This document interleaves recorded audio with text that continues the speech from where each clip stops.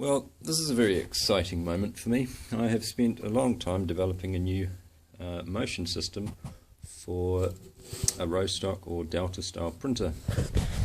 I'm Tim Jacobson, and I guess this is a video log, you could say.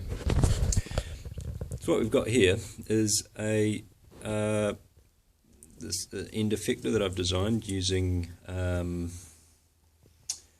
Design Spark Mechanical is the software. Neat little tool for quickly making models. And this setup is using ball bearings with holes drilled into them, and a kite rod going into the top with another ball bearing with a hole drilled into it. These ball bearings are glued in place and into the rod, and then the carriage is simply, you can't see this particular one, but there's obviously a socket in the carriage that's holding the ball bearing in place, and it can move around. Let's try that a bit better.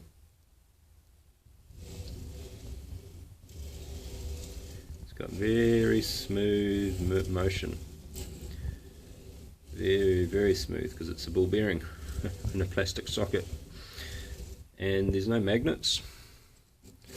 It's simply held in place with string onto a bit of wire that pokes all the way through, and that's just bent over there. It's very simple.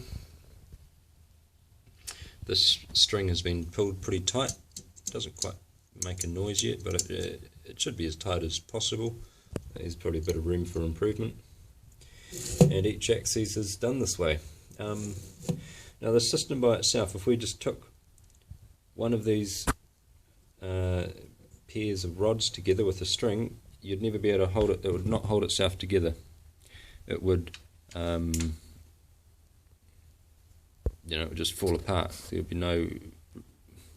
It's only sort of got like one axis, whereas when all three of them are together, they each stop each other one from falling off its axes, and so it holds itself each one becomes its own parallel, and it doesn't move. This thing here at the bottom, this is solid.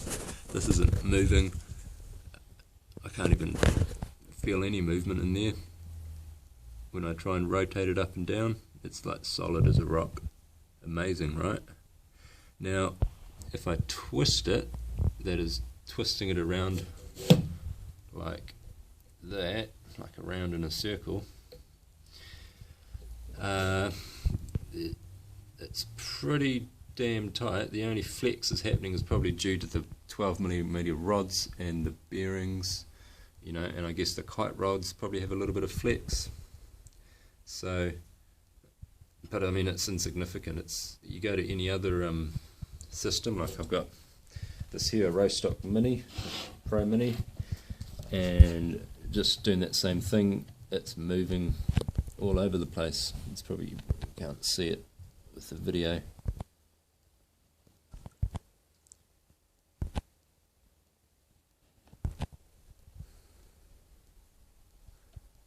But the whole thing's just like wonky and wobbly. I can twist it, and there's a huge amount of play going on there.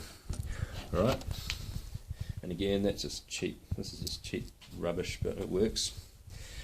So this one here, entirely different story. This is solid as a rock, and the other one's not. It's an incredibly simple system, although it is a little bit complex to make these kite rods, these bearings here. Drilling a hole into ball bearing is a bit of a knack, and I burnt out quite a few ball bearings trying to figure it out. And I'll do a video one day of actually how to do that. Yeah, and this design is released as open source by myself, Timothy Jacobson.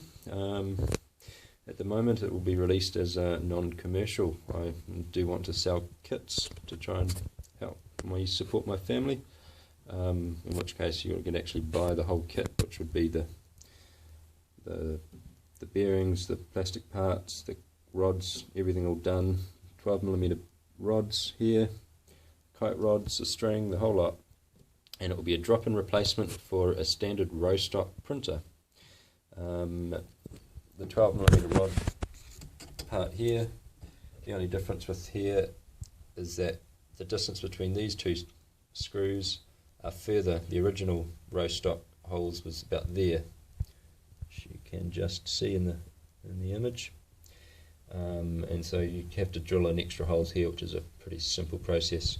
I've still got to mount the heated bed onto it, but that shouldn't be a problem.